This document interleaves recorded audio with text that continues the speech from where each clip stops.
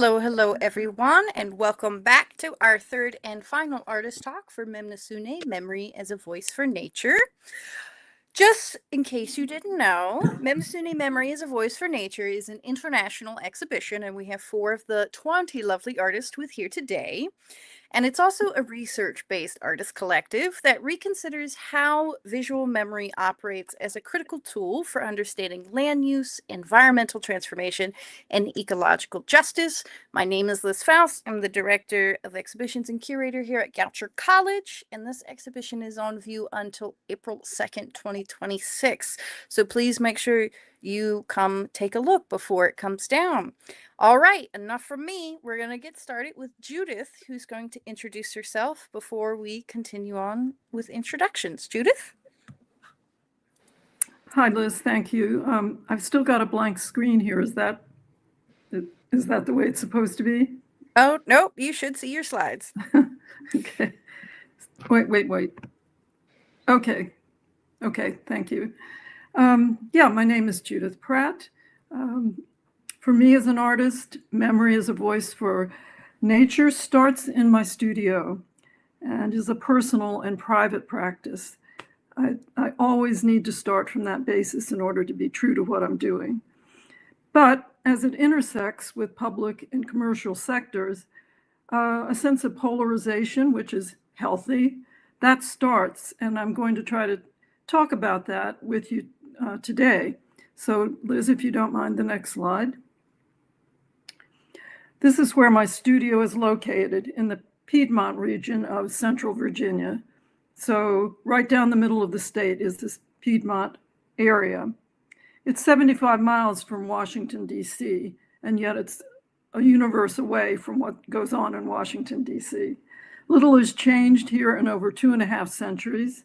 It remains a 78% agricultural and livestock-based economy, and the land is not just an economic domain. It's a revered and passionate place for people to live who do this economic, agricultural, and livestock work. So the privacy helps me a lot. It connects with my background, my relatives, why they were here and why they're still here. So keep this in mind. Look at this setting and how it impacts your nervous system. And we'll go on to the next slide and see how it's changing. This is a data center base in Culpeper, Virginia, 18 miles from my studio. These are proliferating throughout the country at this point. This one has been built for the federal government, our federal government, or my federal government. There's 35 of them going up and in use in Northern Virginia. So it's something that's not going away. Usually the campuses are anywhere from 1,000 acres to 3,000 acres. About 300 people are given jobs to handle this facility, and it's full of servers and electronic hardware. There are generally no windows. There's no anything to do with the landscape. It's just the land is cleared and this kind of structure goes up. Now, I have to switch my prejudice over to the polarization part. People in this area, as in any area, need jobs. They need townhouses and apartments to live in. They need grocery stores, et cetera, et cetera. So it's need-based as well as concern for environmental justice and good, positive land use. So it's up to us, to my colleagues on the panel and colleagues in the group that we work in, to put the word out visually and otherwise about what is happening to the landscape and the land in general. And yet we have to bear in mind that in reality, people also need to survive in their realms too. So I ask you to keep that in mind, and I'd be very interested in hearing your opinions about that. I'm checking to see, yeah. So we can move on to the next slide. And so this is one of my responses to this. and it's an installation. It's on heavy paper. It's a Lennox 100 paper. Typical materials, acrylic paint, acrylic ink, graphite. Down at the bottom, I bring in some of the environmental elements that are under a lot of question at this point, which is plastics and overuse of paper. So it was my way of responding to this reality that's now 18 miles from my studio. The grid goes back centuries, that grid that encompasses these images. It's a device, an organizing device, typical. It also was used a lot in the 1960s as a way to sort of deny two-dimensional illusional space. So I love bringing forward all of these elements into the work, either recognized or just looked at in whatever way you choose to look at it. All of these flora and fauna that you're seeing within the rectangles are around my studio. I just kind of walk out every day and look around and pick up things, bring them into the studio. Some of the stuff survives, others decay, and I use all of them as part of the statement about land use and environmental justice. Down at the bottom, you see the obvious, the decline and the decay. And that's where the plastic mesh is involved and other kinds of things that get stuck in the environment that we tend to forget about and not stay vigilant about. So that's kind of the short version of what I do. And please ask me anything you want. Oh, I want to give you the dimensions too. That's 7 feet high, 5 feet wide, and 2 feet from the wall. So. Thank you, Judith. Yes, it's really kind of an experience to stand in front of it and see the relationship of the size. Normally these plants are super tiny, but here they're kind of a one-to-one with us, which is a interesting experience in person. Mm-hmm. All right, Andreas. Hello, hi, thanks so much. Thanks, Liz. I'm so glad to be here amongst all these wonderful people. I was really excited to be there at the opening as well. It was quite the honor.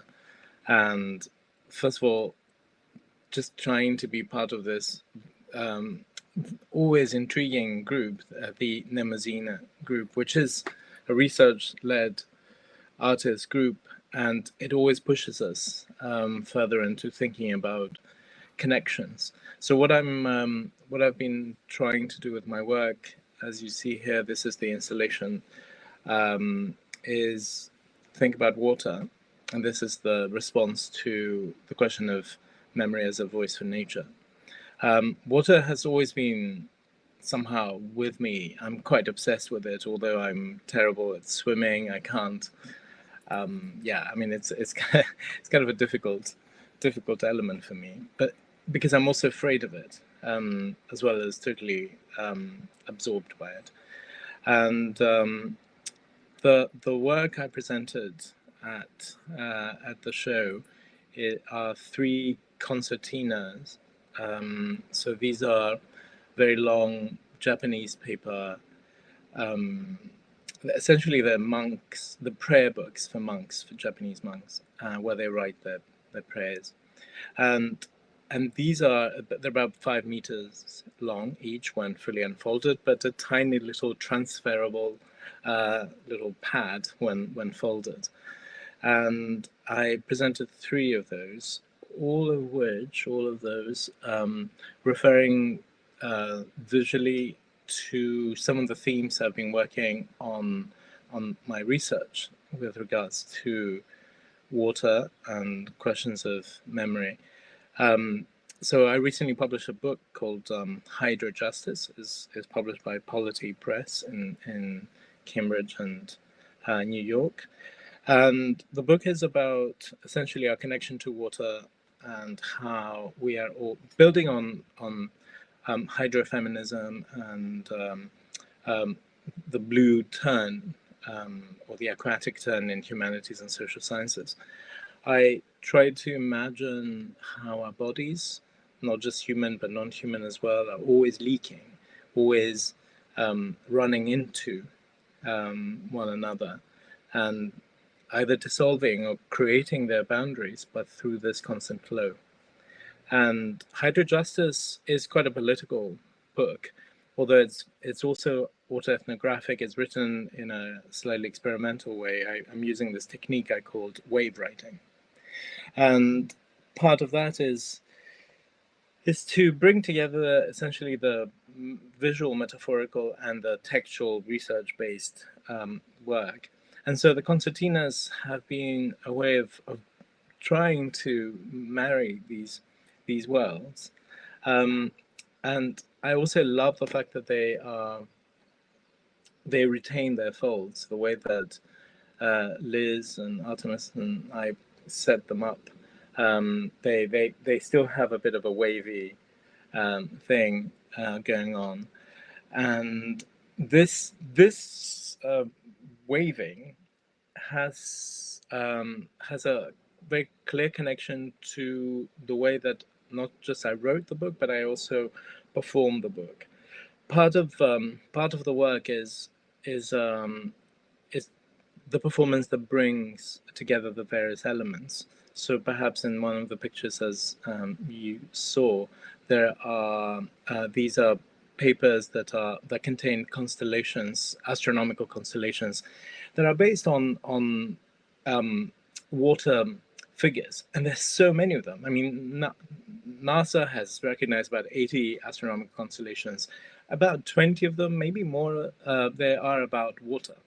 And so I found this absolutely fascinating. So each concertina contains in red mark the constellation, the sort of astronomical constellations, and each one of them contains a specific constellation, and it's named after that, like Dorado or Hydra, of course, etc.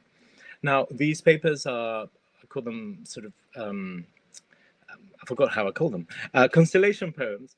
And they contain the constellations as well as some writing that goes on. This is part of the performance itself, and they help me become something else during the performance. They help me become a jellyfish, because I'm also obsessed with jellyfish.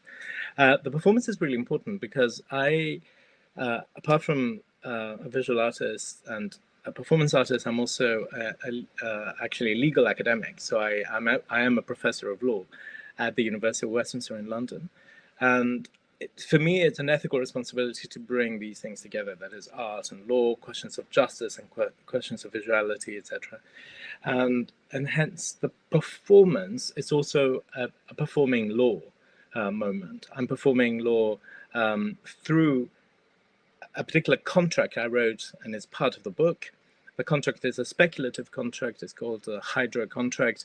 It's a speculative contract about how we find voice and give voice to the way we connect to nature through the water, and through the kind of the commonality of leaking water and flowing water.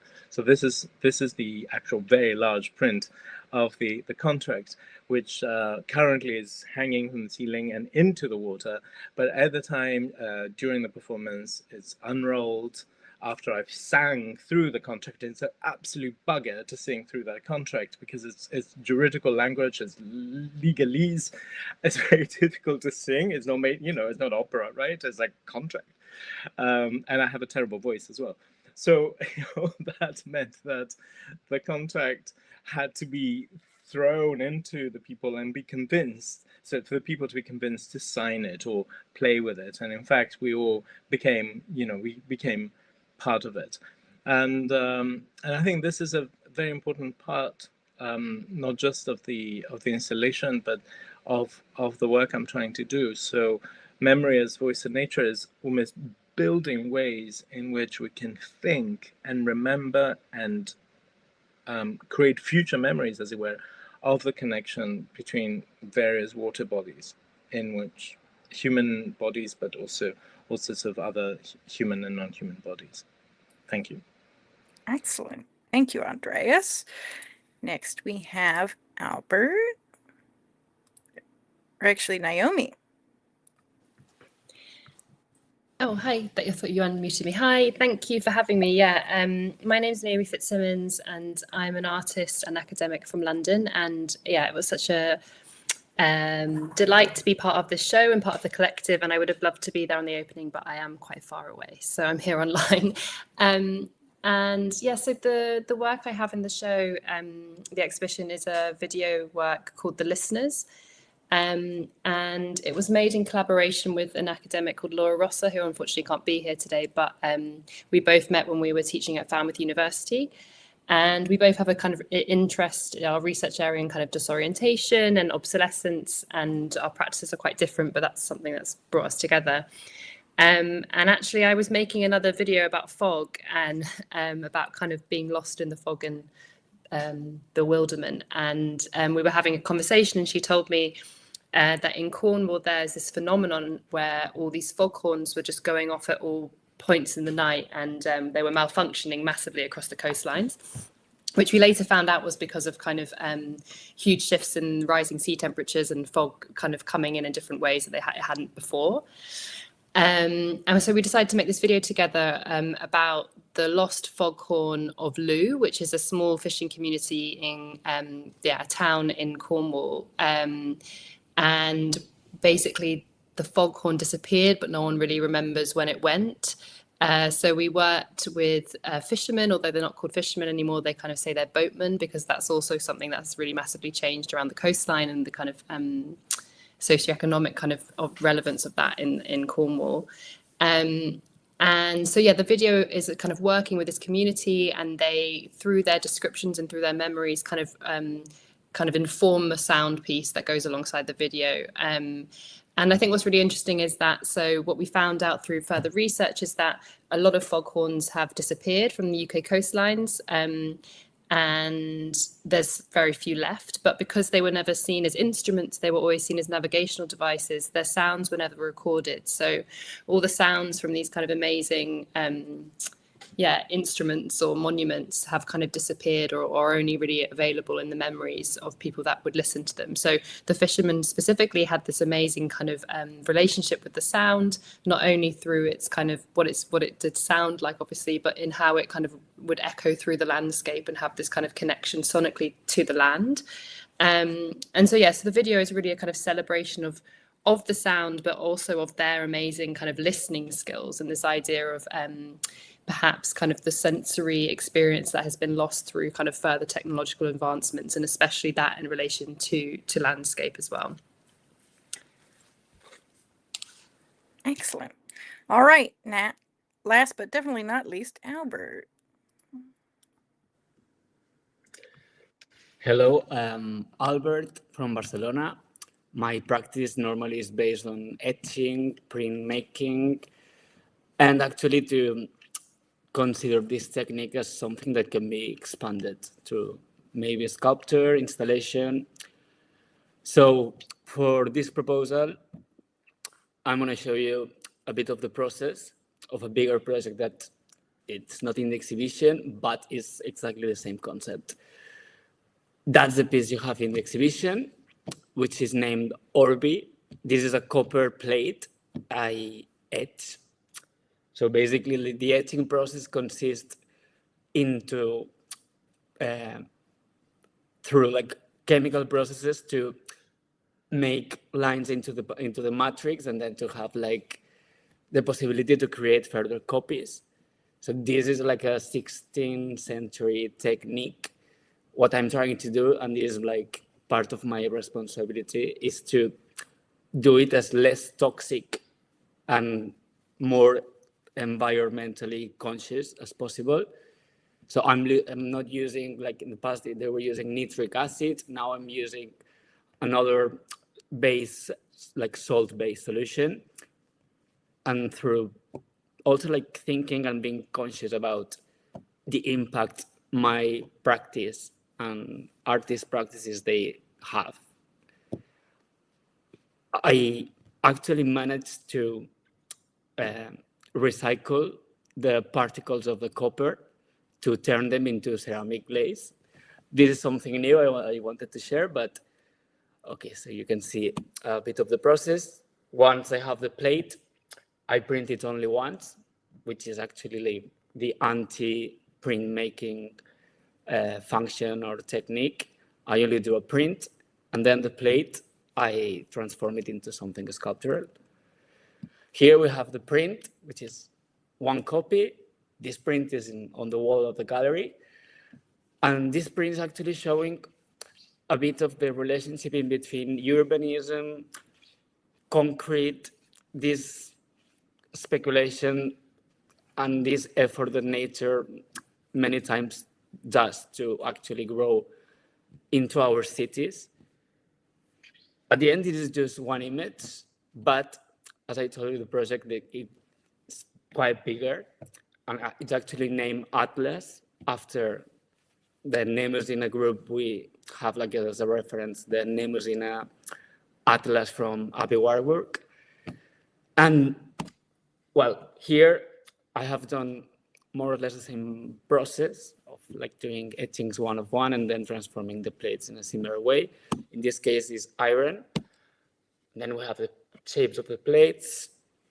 And you can see different images related to nature and agriculture, history, landscape, urbanism, that they also have been only printed once. I'm going to be quite quick because we don't have a lot of time, but you can check them on my website or someone like in good quality. And yeah, well, this is, for example, a piece on ceramics that I am actually reusing the products of the etching processes. So I'm just trying to make my practice conscious and kind of circular in between materials I use. And yeah, thank you very much. Excellent. So now we get to the point in conversation where we all talk to each other. With everyone talking about their process and their work, what I noticed was kind of overlapping theme with the four of you of displacement, disorientation, and disruption. Does anybody want to talk about those 3 points? I would just say that as much as I object to any kind of encroachment on the environment, it's inevitable. We've lived with it for centuries. We're going to continue to have it. So I just think it's great that as a group of artists, either knowing each other or not knowing each other, that's just part of our practice.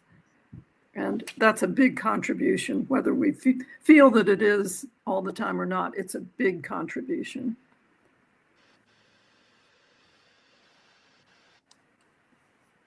Andreas, I'm curious how you feel about that. I mean, you're working with the concept of water, which is place specific, but also displaced constantly. It's the natural elements of nomads, so to speak, along with air. So I'm curious how you feel about disorientation, displacement, and disruption.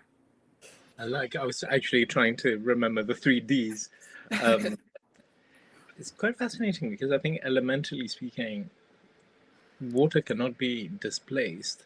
It just moves on. It just flows into something else. And likewise, disorientation, I think it's quite an interesting concept, but it's quite anthropocentric in some ways. Because of course, in volumes of water, orientation doesn't so much count except for gravity. But that's all there is, and that's all that counts. And I'm just thinking about how like Judith said, we've been always, whatever we do, we have an impact on the environment, and we obviously try to minimize it. But the point is that just by being here and by breathing, by being part of this planet, we affect it.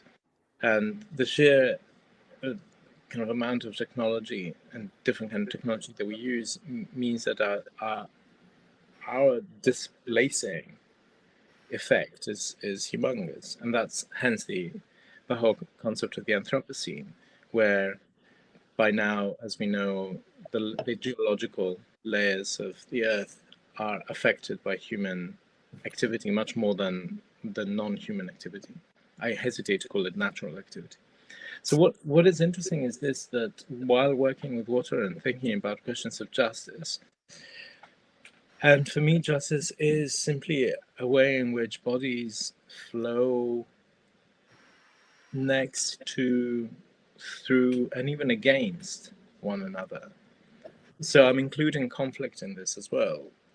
It kind of comes close to some ideas of natural justice, but at the same time, I think it goes slightly beyond it, because the elemental is something that goes through this, and you know, one can work with air or with other elements and still find the same thing, that we as humans having such an incredible effect on the planet, that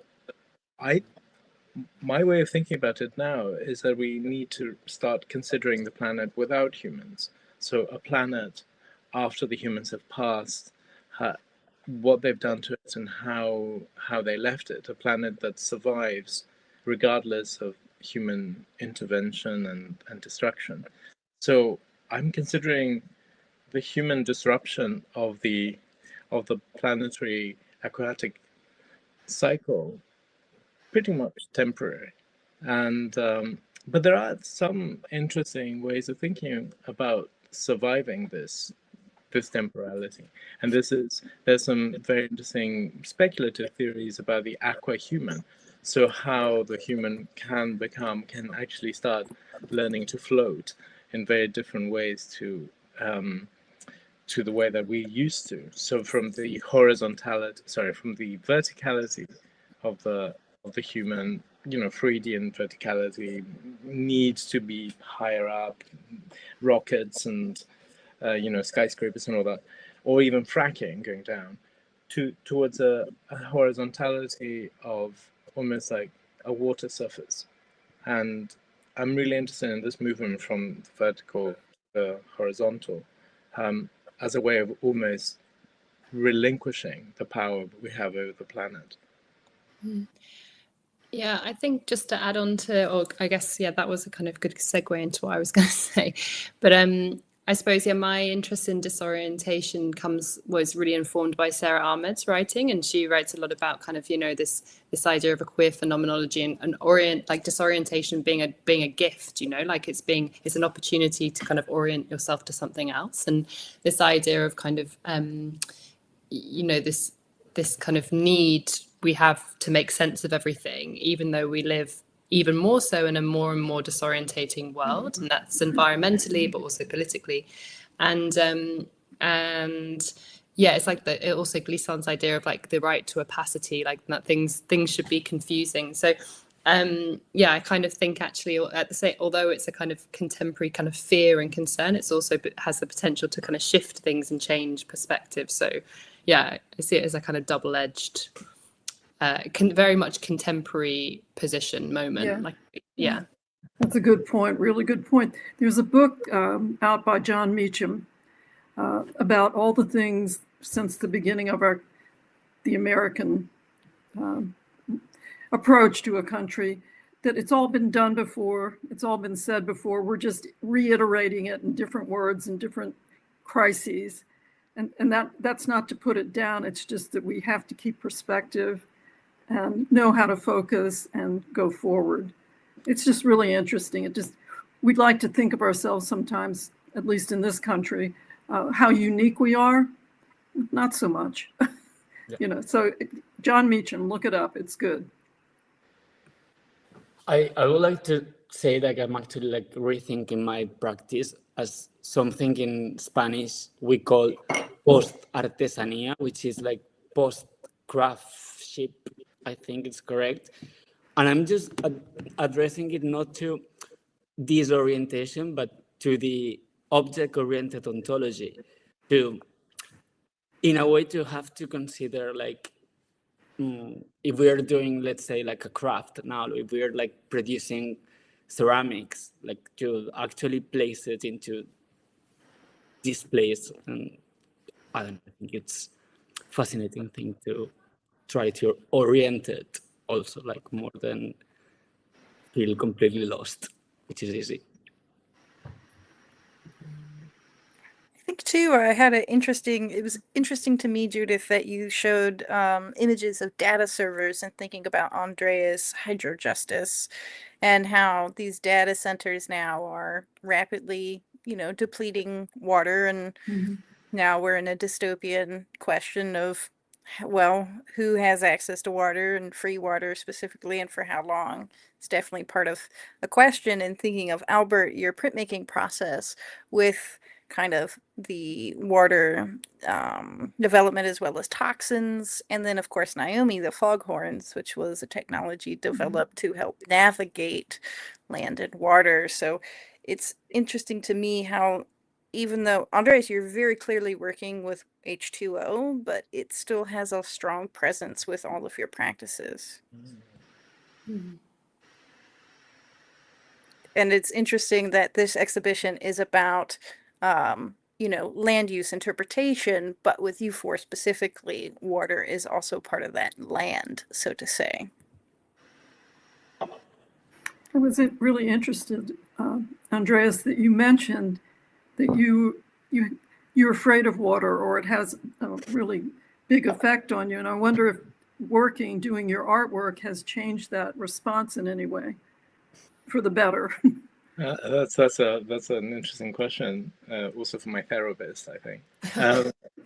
I think what the best you can do with fears of that sort is to accept them. So I also consider them quite generative, and I experience this almost sacred vertigo when I think of the amount of water, for example, that goes through the data centers, as Liz said in your work, and and I say sacred because there's something quite I suppose the word is sublime in the philosophical sense of the sublime, of the amounts of water that are needed for such a immaterial action.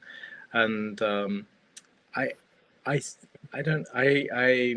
my feeling towards water, I don't want it to change necessarily. I just want to try and start, like I said, what is happening now is, like Liz, I certainly see it everywhere. And of course, Naomi, I was privileged enough to watch your film when I was in Baltimore, and of course it was dripping. The black, it's beautifully placed in a black box space, and as soon as you enter, the fog horns and the fog and the mist and the on the screen, etc. It's almost like everything is like the walls are sort of dripping with water, and that was an actual sensation, and I think it's quite phenomenal, and how a reference to an element can have an impact, almost a corporeal internal impact, because we know water. We know water knows us. We know water in the same way as air, and and Albert's, I think you already said that you work as ecologically as you can, etc. But then we know that whatever we do, there's an impact and out there, and we will try to do our best with it. But then even just sending a text message has, I don't know, it costs a bucket of water or something like this. So that's also, I mean, like Liz, I see water everywhere. We also have Artemis Herber watching in the chat. She's another artist in the exhibition and founder of the Mnemosyne Initiative, and she has a question for our artist.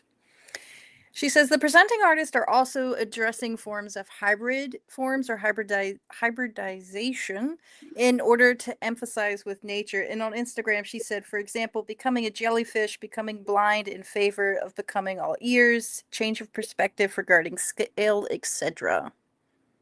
Does anybody want to address this? I think, I spoke. Yeah, that's a really good question. I don't know if I'll answer it, but I'll try and attempt to kind of talk about it. I think this is something we spoke about actually in one of our meetings, which was really nice. Is this idea of kind of, I guess the sometimes problematic way of speaking about nature, right? It's like this idea of kind of putting it on a pedestal and it's separate to you, and that doesn't really do anything for ecology either. So I think these ways of like talking it through other mediums and, you know, like understanding that it is everything and it's networked across every kind of aspect of our lives, maybe is a way to talk through it rather than about it, if as an object, is I guess what I was going to say. Can I say that I'm really interested in hybridization, and I think that we often isolate it as an instance. We think that it's almost Ovidian, you know, the metamorphosis or something like that. But in fact, it's absolutely everywhere. And I think that's also the meaning of Ovid and metamorphoses, and that's why it has become so trendy right now. Because, well, in the last century, because we see these hybridization all the time. This process of moving from one thing to the next, and never static either.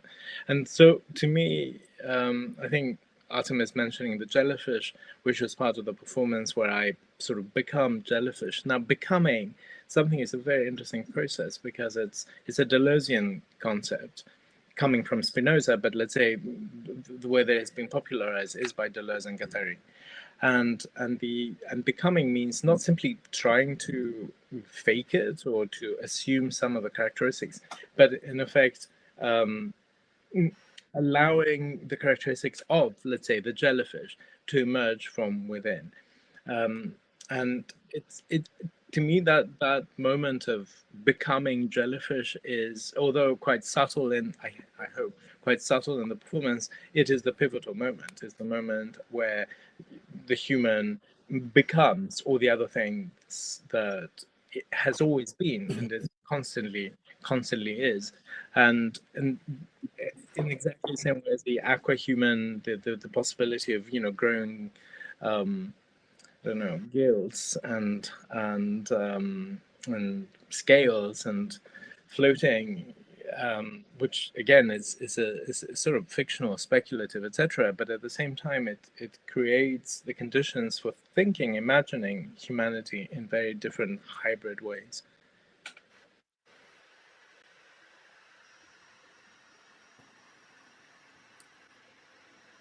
Excellent. I also wanted to take a moment to ask a few individual questions. Naomi, can you talk a little bit more about the sound of your video? Yeah. So as I said, the sound, there's no recordings of these foghorns, and believe it or not, each one is individual. So from the research is that although they all sound very similar, there wasn't a kind of unified one, and also they would sound very different depending on where you were in relation to them anyway. So yeah, we were kind of really keen to try and get this attempt. I think it's an attempt. Obviously, you're never going to get the actual, but an attempt to kind of resound these navigation units, these devices, and all of the sound was made using kind of analog, very DIY sound recording devices, lots of old guitar pedals and synths, and, you know, like, and which is the process that I use a lot in my videos. And I work with a collaborator on the sound as well, so it's not just me, but called Jack Park. I should reference that. It was like this really amazing kind of attempt to kind of, with these descriptions, you know, so the video at the end section is them talking about the sound, and also all the descriptions are very conflicting because obviously people had very conflicting relationships with it, but also with hearing it from different locations. Some people thought it was really soothing, and others thought it was really terrifying and like a roar. So it kind of goes through these different kind of extremities of the memory of the sound. And I think it's really actually important that I use this obsolete technology to make it as well. So it has this kind of old machine quality to the sound as well. And that feels really in fitting with kind of what the work was about, really, which was that we're left often on the coast. There's lots of these old horns, but they're not functional, they're being used anymore. So there's a kind of melancholy to it as well. And I think, yeah, I'm kind of interested in that, the melancholy and obsolescence, and that being also another kind of contemporary feeling, I think. Yeah. And then Albert, although this piece isn't explicitly about walking, could you perhaps expand upon how walking plays into your larger practice? Walking. Okay. Yeah, let's remember like a copper piece I actually like exhibit with the Mnemosyne group, I think a couple of years ago. I'm always carrying the plates, always. So they are like delicate objects. They have a varnish and they get scratched immediately. But yeah, those pieces actually, they travel with me a lot. And yeah, there is like always like a layer of this transport, this movement. Like, I would say like in the past, all these like perfect etchings you can see in a museum, like they were treated differently. And this also like make me have a reflection like how we understand like and how we value materials. Because for us now it's extremely easy to buy, even if it's expensive, like copper. But in my head, I have a problem with also like working conditions of people actually extracting copper in a mountain. There is like, I will not like, for example, to use plastic for etching because it has a different kind of impact. And using, for example, copper, in a way, it's a sustainable decision because it will never be thrown. It will always be recycled. It will be turned into a different object because it's a sort of a precious metal. So I'm just thinking on this consciousness, but also I'm finding impossible to try to find copper from a source that it can guarantee me that people are working, for example, in decent conditions. That's something it makes me think a lot. And also like copper travels. It's complicated. And speaking of that, we haven't addressed the elephant in the room. I know Naomi's mentioned it, but we haven't talked about how memory plays into all of your practice. Mnemosyne, the Greek goddess of memory and mother of the nine muses, the whole impotence and kind of central point of the Mnemosyne initiative. Anyone want to start? I mean, I can talk about, well, there's a film called The Memory of Water, which actually, it wasn't very good at all, I thought. But never mind. I like the title though. And there's, memory for me is a shape, and things retain that shape. And so by constructing new ways, new forms of thinking and making, I think we're creating, we taking existing forms and then we're creating new forms. I know that this is quite abstract, but at the same time, I think to me, it makes perfect sense in terms of the making and the materiality of what we're all doing.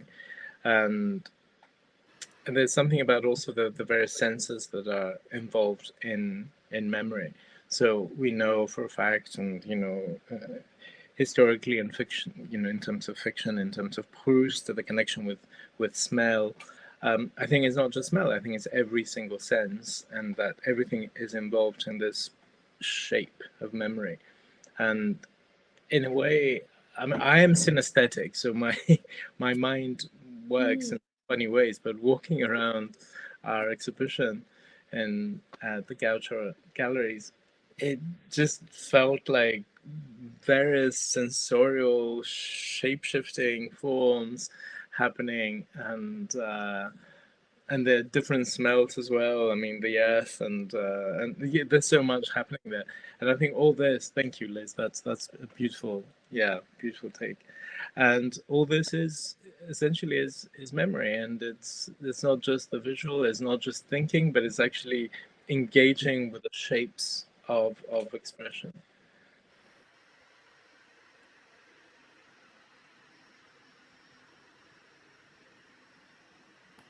Judith, do you want to talk about memory in your work? Yeah, I was just thinking about it. It changes as I work. And certain things come out with a lot more emphasis, and it's just a process. It's woven into the process. But I started out with thinking about this piece, which is Utopia Descending. And then another one, still very much in the same format, called Gaia and Artemis Guarding the Forest.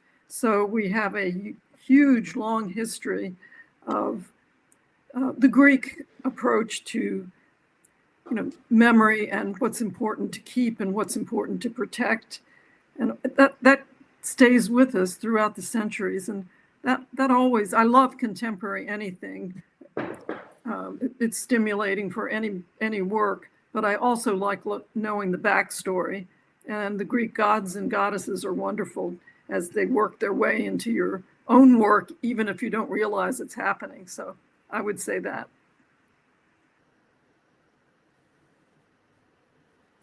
Oh, and I'll mention too, this doesn't have anything to do with that information, but the plants and the pods and the things that ended up going into this grid started out quite literal. And then as I worked on and played with them, they became almost cartoonish and took on different qualities and characteristics. So that part of the process is, I love that happening. It's where you don't know what's going to happen and you just have to take a risk and go with it. So that was very much a part of this work, and perhaps connected to memory. Yeah, I'm sure it was connected to some aspect of memory. I would like to say, like, for me, like, memory has this capacity, I think, to store and to retain. And in a way, it can recall things. For me, in my practice with the etching, it's a similar structure of memory, because it contains the possibility to go back to the image it was thought. So I'm actually like playing with the limits of mechanisms they were actually created to activate those image process printing that maybe they are like obsolete. Excellent. I was also just going to say one last thing about that as well, about kind of, and what I really found really exciting about everyone's work in the show is like the choice, the what people were choosing to remember. And obviously kind of like memory is fallible as well. There's and actually kind of culturally, I was just thinking about this weird Instagram thing about everyone remembering 2016. I don't know if that was in America or not, but in the UK, people are really into it. And it's like, there's certain memories that are pushed and certain memories that aren't. And I think sometimes, like maybe the responsibility of artists is like to remember the things that other things, and to kind of think about the small slight memories as well. And what we choose to remember, what we don't choose to remember is, I think, important. Yeah, 2016 in the States was a little traumatic for us. Okay. So that's what we remember. Excellent. So now, before those of you watching online, you can put on Instagram or on YouTube any questions you have for the artists. So we'll give you time to type it. But to the artist presents, do you guys have questions for each other? Yeah, Naomi, since you've done this project with the video with the foghorns, have you gotten some unexpected contacts? Have you piqued interest with sources outside of your project that you didn't expect? I mean, actually, what was quite strange, I was meant to do a residency quite recently, and I happened to be that I would be there at the same time as the Lighthouse board, UK Lighthouse board, and I thought that's a serendipitous weird connection. I didn't make it there though, because I thought they might be interested. I haven't. Yeah, I mean, I have. We've got a next stage of the project, which is to involve singers, and we've been working with people to kind of expand that, and that's. I think actually it's been a really good project to kind of, to talk to people in different areas. I mean, obviously we developed really good relationships with the people that we interviewed with as well, and we're hoping to do a screening of the video work in the old like fishing quarters in the town.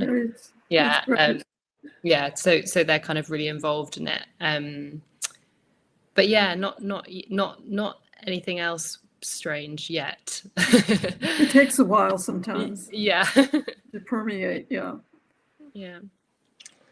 I've got a question. Oh, hey you, Albert. I just wanted. I'm going to ask you also. I love you. I have lots of questions for everyone, but like one has to pick. So let's do it a bit like this. Albert, what is your connection to the city, and especially this intense geometry? Because everything is so. It's quite urbanistic. It's quite architectural, etc. Not everything, but the majority of what you do is a little bit like this. And yet the forms, quite often you go for the round things and stuff. So talk to us a little bit about that. My relationship with this is actually like a mechanism of understanding like classical Euclidean perspective as a way to treat a plate or a paper, which is a 2D, this virtual capacity it has to create a space. So I always use it as a structure then to build. It's something it has become for me automatic to treat the object, like the 2D object through that. And in relationship with the city and urbanism, I always think like those straight control lines and that they work, let's say after, for example, all the studies Panofsky did of perspective as a symbolic, I don't know exactly the name in English, but it's understanding the symbolism of perspective that has itself. For me, it has become my way to confront the 2D support.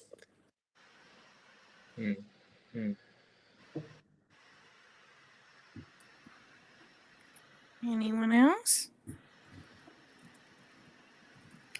I wanted to ask Albert, since you've been paying a lot more attention to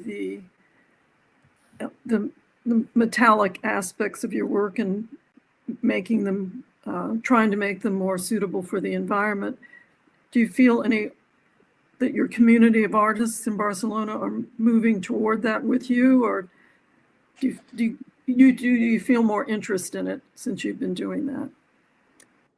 I mean, right now, actually, like I'm applying to a grant in Barcelona that it's actually to allow me to do like proper research, because there are some books from the 90s of people that started thinking on make it less toxic, but this hasn't been updated. I'm not a scientist. I think it can be done better, and it can be done more responsible. So what I'm trying to do, actually what you say, I'm trying to create way of working in ateliers, like something and share it. Yeah. So it's an open source. It's a good effort.